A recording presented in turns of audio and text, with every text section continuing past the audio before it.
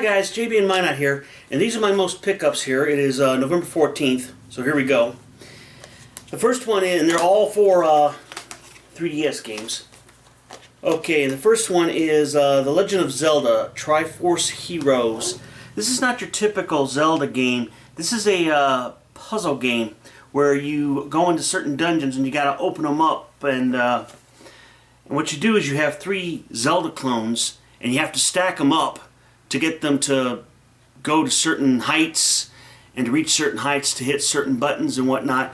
And I gotta say, the individual puzzles are okay, but when you have to fight a boss battle and you have to do it really fast, the control scheme can be a little bit confusing, and sometimes the boss battles take longer and you have to redo them more than once, whereas, you know, you shouldn't have to. But I'd say this is one of the lesser Legend of Zelda games. It's not the worst Legend of Zelda game out there. I'm thinking that's always going to be on the Philips CDI, but this is more of a budget title right here. Unless you're a hardcore Zelda fan, I wouldn't recommend it, except on maybe $19 instead of the full price. Okay, now here comes a nice little RPG that's kind of unique a little bit. The Legend of Legacy. And I think there were a bunch of different artists who were famous for other series from back in the 80s and 90s working on this. It's got a Bravely Default feel to it. The graphics are just like out of Bravely Default, and it emphasizes more on the protection aspect of the game. You got 3 people that you're fighting with, and the emphasis, like I said, is on protection. If you don't have anybody protecting you, then you're going to lose a lot, because these battles, even the basic battles, can be kind of tough, which is fine. My only real problem with the game is you have to make money by building maps. And you do that by moving your characters around the screen. And on the map you have different areas that you have to fill out. The more you fill out the area, the more money the map is worth. Well, each area has a separate section. And my problem is if you die, or if you run away, and you can run away every time, just about, you have to start from the beginning area. Instead of the section where they put you, where you were fighting, where the battle commenced, they put you back at the beginning of the area. That's like in Etrian Odyssey. If you're on the 4th floor and you have to run away, and they punish you for it by putting you on the 1st floor, and there are no floor jumps. And that's my only real problem. Other than that, it's a charming game. If you're into Japanese RPGs, it's a great game.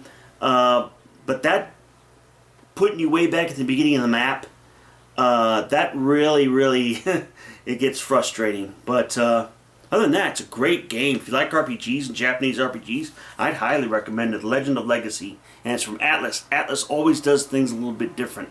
It's never just okay, attack, hit him, magic, hit him, item, hit him. It's always mixed up somehow. That's what I love about Atlus games. And the music, of course, is gorgeous. And the graphics are gorgeous. Like I said, they're from Bravely Default, and which is from Square Enix, if I'm not mistaken. Do they even have Square? Yeah, they have Square Enix. I can never remember the proper name, but anyway, this here is an adaptation of one of those network games that you download, Shovel Knight. People, I guess, were clamoring for a physical copy, and it's not bad. It's a great little platformer, but it's tough and kind of frustrating in some areas.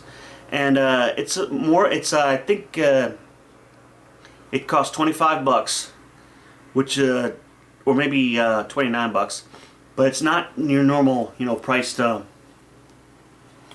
DS title, 3DS title. But the graphics on here are gorgeous. They're super Nintendo type graphics from the 16-bit era, and like I said, the music's great, the graphics are great. It's just a little bit tough for my taste. But if you like platformers, then you'll love this game. Okay, last but not least, a game I didn't expect to like, but I got it because I said, what the heck? Yokai Watch. And it's kind of like Pokemon. What you do is you find this watch, or you're given this watch, and you use it to control different spirits that are haunting parts of your neighborhood, and you collect the certain specters and spirits, and it's a little bit like Pokemon in that area. But the combat's kind of intense for an RPG. You have to really watch, because they fight on their own. You don't send them out to fight. You don't tell them what moves to make. They pretty much decide what moves they're gonna make, and you have to make sure that they're getting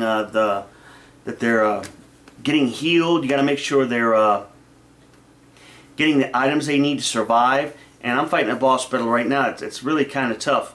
But the graphics are outstanding. The characters are cute and charming. It's got a lot of charm. I can understand why the Japanese would like this game. It's a very big phenomenon in Japan. And the graphics, the music's pretty good. So I'd highly recommend it. If you like Pokemon, you definitely like this game. Okay guys, those are my most recent pickups. I hope you enjoy. I hope you have a happy Thanksgiving. I know in Canada and the United States we have a Thanksgiving. I can't speak for other countries in that area.